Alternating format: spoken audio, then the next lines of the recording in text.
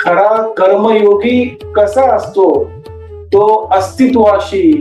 चैतन्याशी, भगवंताशी, सृष्टीशी कशा प्रकारे सहकार्य करतो, अस्तित्वाशी, ब्रह्मचैतन्याशी तो कशा प्रकारे एकरूप होतो, कशा प्रकारे तो अहंकार रहित जीवन जगतो, म्हणून त्याच्या जीवनामध्ये कोणत्याही कर्माचे बंधन का निर्माण होत नाही, देवाला तो प्रत्येक कर्म अर्पण कशा प्रकारे करतो आणि त्याच्या प्रत्येक कर्मातून, वाणीतून आणि विचारातून आत्मशुद्धी, आत्म परिवर्तन, स्वपरिवर्तन कशा प्रकारे करून घेतो, याचे विस्तृत वर्णनही,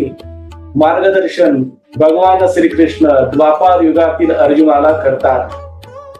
अज्ञानी मनुष्याच्या